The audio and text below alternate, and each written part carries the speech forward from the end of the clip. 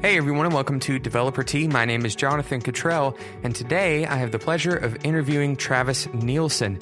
Travis is the creator of the Dev Tips YouTube channel. It's specifically Dev Tips for designers because Travis actually is a designer himself. He learned a little bit of front-end development, and he created a very successful YouTube channel. Go and check it out. It will be in the show notes. But I'm excited to talk to Travis. I was actually on his show. That will also be in the show notes. I was on his show and we talked about Developer Tea for a little bit. So check that interview out. We actually discussed some of the episodes from Developer Tea, like the very early focus episode, a little bit more in depth. Travis and I are going to talk a bit about why he chose YouTube to reach designers and developers. And we're going to talk about what it's like to be a developer coming from a design background. A lot of designers end up becoming developers, and I think quite a few of the people listening to this show, you are designers and you're considering learning a little bit about development. So Travis is the perfect person for you to hear from. So I'm really excited that he's on the show.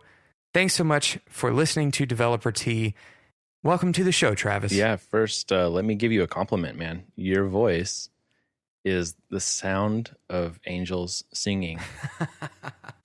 Oh, I've been listening to Travis Neilson, and I've heard this about Developer Tea, but I definitely know it about Travis Neilson, which you can tell the listeners about that in a second. But it's so relaxing. It's like, you listen to it, and it's almost like somebody's kind of soothing. It's almost like I could listen to it going to sleep at night.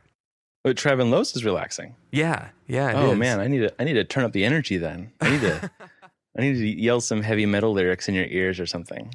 You mentioned heavy metal on the episode that you shared with me recently. Did I? Yeah, you said there was a heavy metal quote from a heavy metal band. I don't remember which one. Yeah. Hatebreed, maybe? Mm-hmm. Do you know Hatebreed? Oh, yeah. Yeah, I do. Oh, wow. That's a good one. Yeah, I have a dark, well, I wouldn't call it a dark past. Technically, the music is described as dark, but I have a dark musical past in some ways. I used to listen to quite a bit of that. And well, I guess, depending on the day, there's like heavy metal Friday mornings, I guess, sometimes. Mm-hmm. I listen to it early in the morning when don't want to fall back asleep. Yeah. That's yeah. When we did the video interview for my YouTube channel, I saw a bunch of gear in your background, and I was like, yeah, that guy, he knows what's up. I do have quite a bit of gear, yeah. And in fact, a lot of it is guitar gear, and my amp actually matches Brad Paisley's amp. He uses a Dr. Z, and I got a Dr. Z for this past Christmas. Oh, lucky you. Yeah, and it's pretty nice. So I'm so glad you're on the show because I think we have such an interesting crossover with our two audiences. So tell the Developer Tea listeners what Dev Tips is. Okay, sure. Actually, I was thinking about this recently in a very strategic way. And I was, I read this book, I forget the author, Steven something, and it's called Start With Why. Are you familiar with this concept? I am actually, yeah. Okay, so he says, Simon Sinek, that's right. Sorry, not Steven. Sorry, Simon. Sorry, Simon, I thought you were Steven. The principle is you start by telling your story with why, and then you move outward. You go out to how, and then to what. Mm-hmm. So let me give you my story with that framework. So why Dev Tips? Dev Tips exists to give others the tools and experiences to change their circumstances and to be in control of their own future. Okay. Very nice. So So the origin of Dev Tips, actually the name, the long form name of it is Dev Tips for Designers. I wanted to help people who are not necessarily native to being developers to get their work out, to publish, to be able to have the tools to to make a name for themselves on a platform that's not necessarily native to them. Mm-hmm. So that audience has definitely grown far beyond designers themselves. In fact, I don't ever think they were the main, viewers of the show. Right. But so we're just shortening it to Dev Tips. Anyhow, so that's the why. The how is to educate and inspire and uplift anybody who's willing to engage. And that's where the kind of going into the outer circle, it's no longer just for designers. It's anyone willing to engage. And we engage whoever, however, and wherever possible. And the engagement comes about, so the what is I create educational materials and I provide educational experiences that engage people where they're comfortable in learning. So maybe it's videos, maybe it's emails. I do podcasts, speaking, writing, conferences, things like that. Mm-hmm. And the probably the most successful or the most interacted one is the YouTube channel. So there's a YouTube channel. If you go to YouTube and you just search Dev Tips, it's going to be me, or it's going to be the channel. And we've got hundreds of videos by now. It's 2 years strong, and it's really great. We're going to run up on 1 million views soon. Wow, that's incredible. It's very exciting, very exciting. Well, congratulations. I want to give you a compliment and say that the work that you produce, the quality of those videos is top notch. And if anybody's looking to learn, like, for example, you have a set of videos that just explains how the internet works. Like, this is this is stuff that actually, like, I kind of want to send to my parents, Like, it's not just applicable to if you want to become a developer every time. Sometimes it's just like common knowledge, or sometimes it's life knowledge, or what would you call that? Advice? Oh yeah. So a lot of it is, hard skills. People want to know how to do something, like, how do I make this thing dance, or how do I make this click go this way, or this thing appear when I hover over here. People want to know that stuff. So that's like the most like engaged type of material. But by far my favorite type of content to think about and produce and talk and discuss is like the soft skills. I really, that's why it actually really attracted me to Developer T. When I first plugged in, I was like, this guy knows exactly what he's talking about. And he's talking about the important things. Your first one, I think you talked about fear, right? Focus. Oh, sorry. Focus. Yeah. Your first. Yeah. I mean, that's like so exciting to me that somebody is saying, okay, let's take a sidestep from these hard skills that were kind of saturated. If you go to Hacker News or Designer News or wherever you go for your content kind of consumption, you're going to have a lot of how to and look what I dids. And when people like you, Jonathan, give us a peek into not how to do, but how to be, that really sends the sparks in the back of my brain just like firing. It's really exciting to me. And so that's what, those are the most, for me, my favorite pieces of content on there, although they're not the most popular and they're not the most abundant on my channel either. Most of the stuff is how to do stuff. And when I first started 2 years ago, it was a lot of the very basic things, because myself, the way that I learn and the way I understand things is I kind of have to understand the foundations before I can understand the scaffolding and before I can understand the framing. You know what I mean? And work my way up from the very foundation. So the first thing I did ever was talk about history lessons. Where did HTML5 come from? Where did HTML come from? And then why do we call it 5? What is 5? And then worked into like, okay, what is the DOM? What are tags? What is nesting? What are attributes and values? And like these very, very, very foundational things that, I mean, if anybody wanted to like look at it and watch them, they would, I mean, especially your audience, they would be like, okay, this is for babies. But for me, I felt that I couldn't teach anybody anything exciting or new or novel without first making sure that they understood the very foundational things. Yeah. And it's funny, sometimes you'll get people that'll be like, hey, I don't understand this, or this that you did. And you have to say, okay, go back to these basic series because you're not ready. Yeah. And that's hard to tell people that, actually. And it's not fun to say that to people because people don't want it, Mm-hmm. But when you say, yeah, you started with the basics, that's cool that you like, we're into it, or at least you. Well, I mean, I really appreciate like I appreciate that you, first of all, have the guts to take on a question like, how does the internet work? Right. It's like But a sandwich. Even more than that, that you have the guts to hold up a piece of paper and say, this is how the internet works. Right? And it's totally wrong. I mean, it could be, I don't know. Like, that's the thing. Like, one of the concepts, or at least like one of the truths that have become self-evident throughout the time that I've spent building a community. It's not necessarily an audience. Like, these people are engaged, like they're learning, they're talking or commenting. I even have a separate community that people come to, and we have a live chat. People are in there 24/7. It's amazing.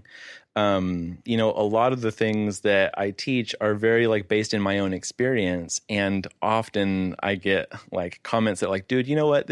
You taught it really good, but you taught it also very wrong. And okay.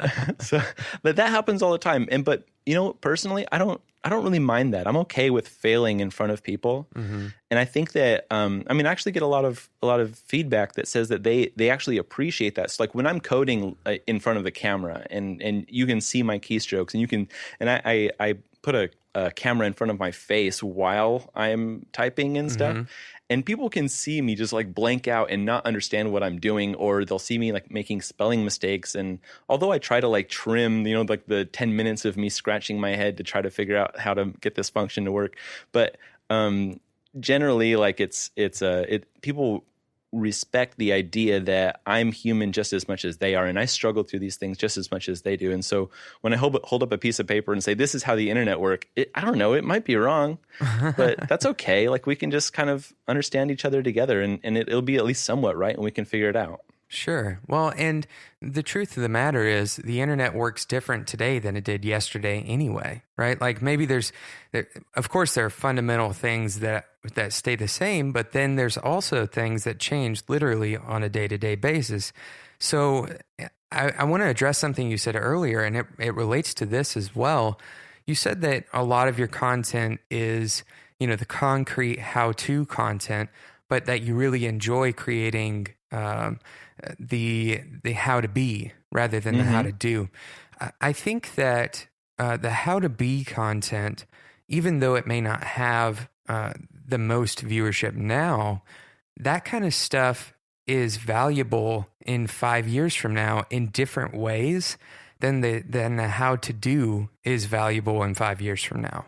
So I agree. I've been doing a lot of this kind of content for, I guess probably 5 years now. And a lot of the stuff that I wrote 4 years ago, a lot of the how to do stuff is like completely useless. Like there's no applicable point to it now.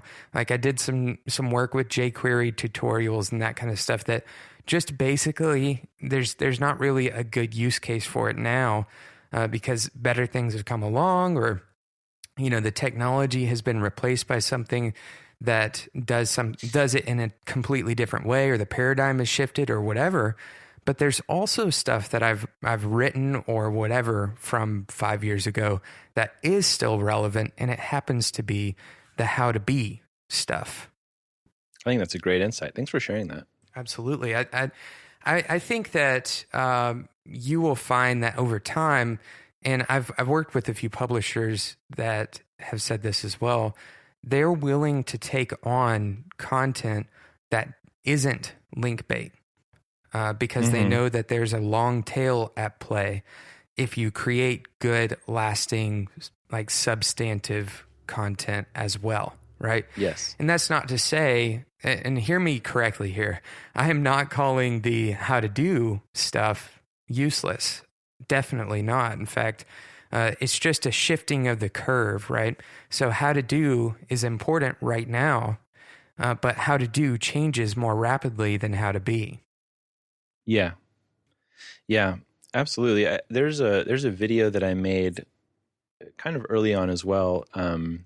It's called "Advice and Crap for Young Creators," and I put the video in YouTube. You can make a video like the main, like what do they call it, the trailer video or whatever. Yeah, the trailer, that makes sense. Yeah, when somebody comes to your channel, here's what they see, and it's supposed to be like, hey, this is blah blah blah, check it out, this is what we do, subscribe. but like mine is like 10 minutes of like talking to young people, and not even young people, just people who want to change, people who want a new chapter, or they want to like get into something that you and I have kind of like a little bit of experience about. Mm-hmm. And the video just talks to people about persistence and about creative work, and about how it won't come to you all at once. And then one day you'll look behind you and you'll see this mountain of work, and you'll say, okay, wow, it looks like I did do something, although it never felt like I was actually accomplishing something. Yeah. And that video is the channel trailer for a long time. YouTube has recently changed where it's like there's like kind of 2 channel trailers depending on if you're subscribed or not, and if you have watched this one yet or not. It's weird. But interesting. Yeah, that content is evergreen, right? Like it'll apply to people now as it will apply to them. Even seasoned professionals. I watch it again and I'm like, oh, that makes sense. I should remember that, Mm-hmm. Yeah, definitely. And I think that, I could watch that now and you could have posted it today and I wouldn't know the difference. You know? And that's what you mean by it being evergreen, is that there's no way to know, like it's not dated. In the same way, like, there's classic books, for example, that don't really, they don't show their date unless you dig a little bit deeper into it and maybe try to find like the symbols or even just small vocabulary words. But like Dale Carnegie's How to Win Friends and Influence People, that's been around for, nearly 100 years now. And it still is relevant. And at least I think it is. There's different opinions about that book, but I think it's completely relevant. That's the exact book I thought about when you started your sentence, or like you started your point. You're like, there's, literature thinking about that. I was like, How to Win Friends and Influence People. So I'm in the same camp. I think it's fantastic. I think there's really great content that can, speak to, a lot of different people in a lot of different situations at a lot of different periods in their lives too. And you said a moment ago, like, what is the internet? How does it work? And it's different day to day, but it's also different from person to person. Yeah. So when I was making that video, I was talking to kind of new publishers. Like I made this HTML document. How do I get it on the internet?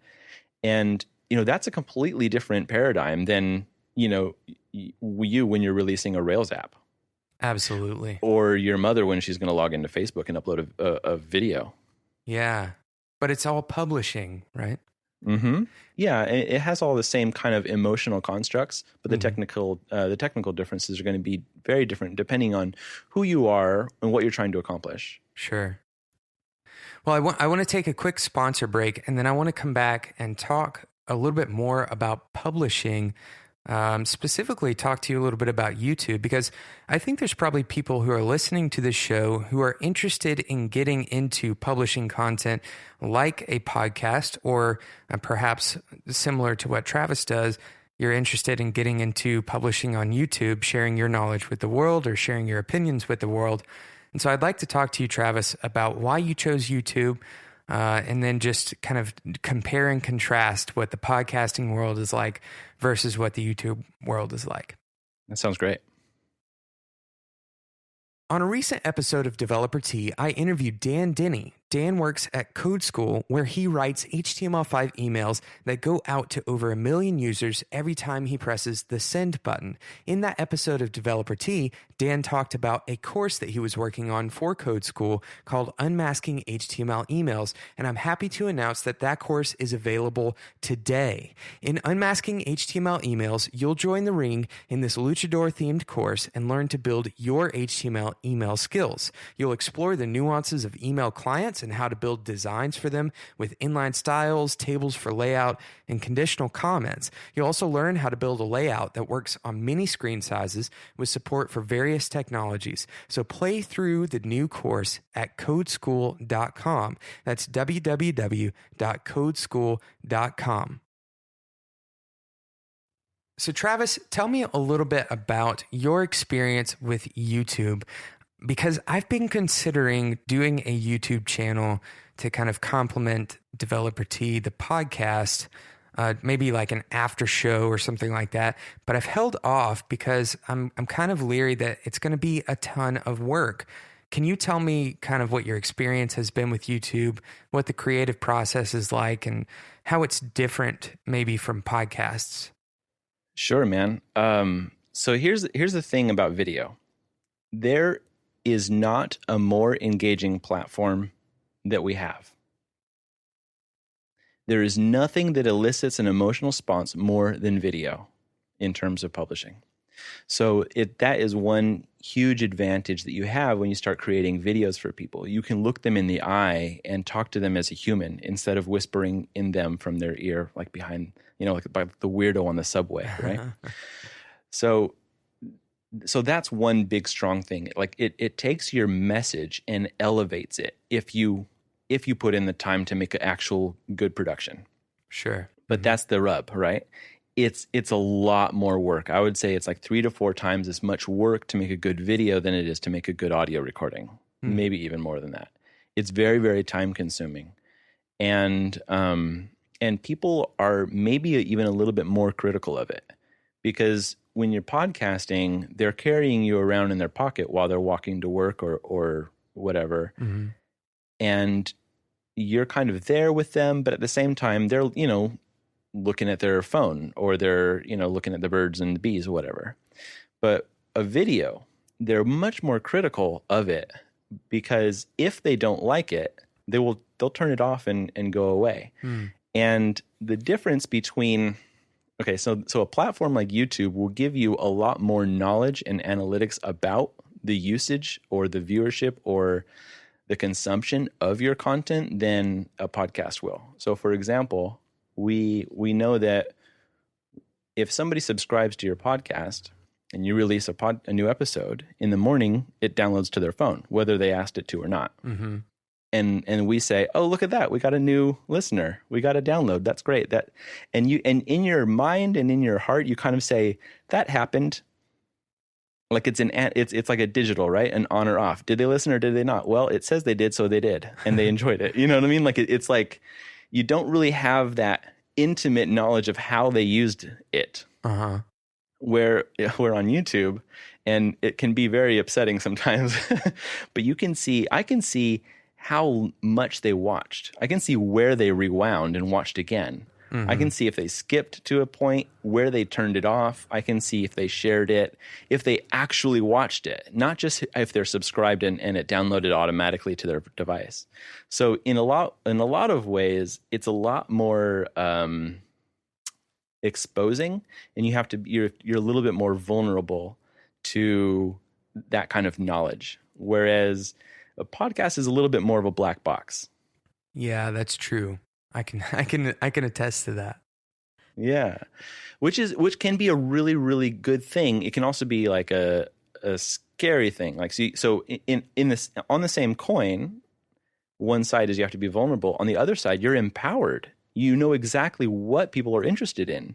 If you make a video and you see that people are like logging off or changing the channel or going somewhere else, 20 seconds in, you know that you need to like pick up the beginning. Mm-hmm. Like I need to get to my content faster or whatever.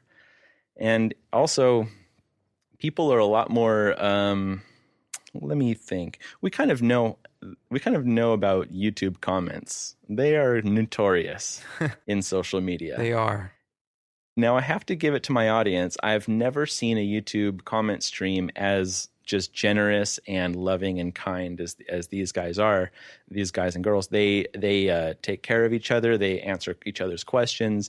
They correct me and give me encouragement as well. But they're also going to tell me when something's wrong and when they don't agree, or if I did something that they can do better. They'll tell me, and it's something that I don't know. It's a little different compared to the response. Okay, so I have a podcast as well. In fact, I have two. The responses on the podcast versus the responses and engagement on YouTube are just night and day. Mm-hmm.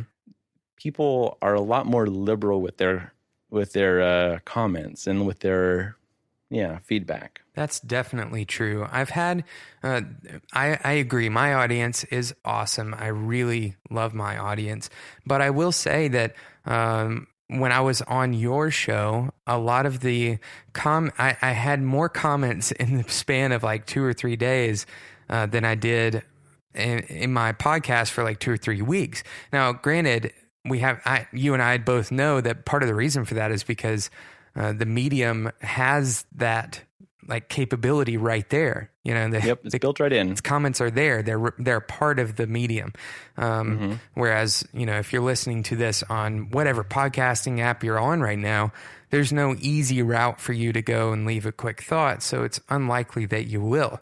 Now, even if I ask you to, it's right. A lot of work. Like if a big deal for you in your podcast is you want to get somebody to go to your iTunes listing and leave a good recommendation so other people can find it. And that's a really great thing that people can do for you as kind of like a remuneration for the hard work that you've given them already. Right. But it is such a difficult thing.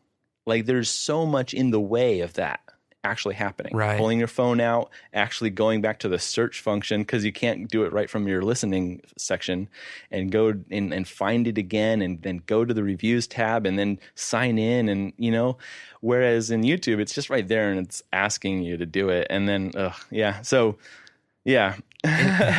there's very, very little resistance when it comes to leaving a comment, and then again, you know, it's again that double-sided coin. It could be a critical comment. It could hurt your feelings. I've had people tell me that I have a very punchable face, which is actually one of my favorite comments ever. I love that crap. But but you know, on the other side, people have very little resistance to encourage you and to support you and to love you. And you know, being a serial publisher, that's very, well, I wouldn't say it's like necessary, but it's an important part of the thing. You need consistent feedback, positive or negative, to support you and float you through, because it you know, people like you go through a lot of work and effort. I mean, it's not just sitting down and speaking, right? You have to formulate your ideas. You have to write these things down. You have to think of your thesis and try to support it with these really good arguments. And if you can't, like how many, I can't even guess, but how many topics have you decided on that have just kind of withered away, that, you know, like that didn't actually work out? So in order to make a good podcast, and you've done that over and over again, in order to do that, so much effort and time and just like knowledge work and mindfulness goes into that. And to have somebody write you an email and say, Jonathan, the points that you made in that last episode have really helped me this week. And here are the results. There's nothing better than that. Yeah, that's definitely true.